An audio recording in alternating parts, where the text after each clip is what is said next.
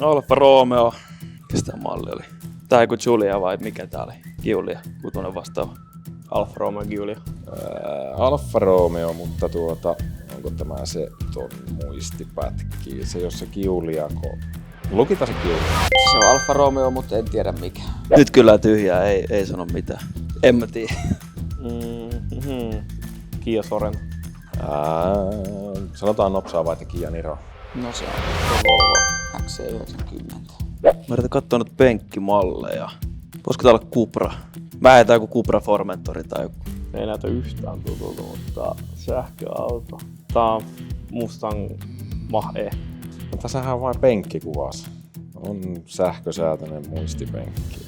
En tiedä onko muisti. On vaikea. On kyllä paha. Sanotaan vaikka, että Volkswagen ID5.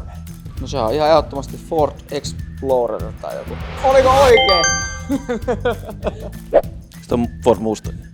No tää on sitten Mustang. Ford Mustang. Tää on joku Servoletti tai jotain näitä Opelin namiskuukkeleita.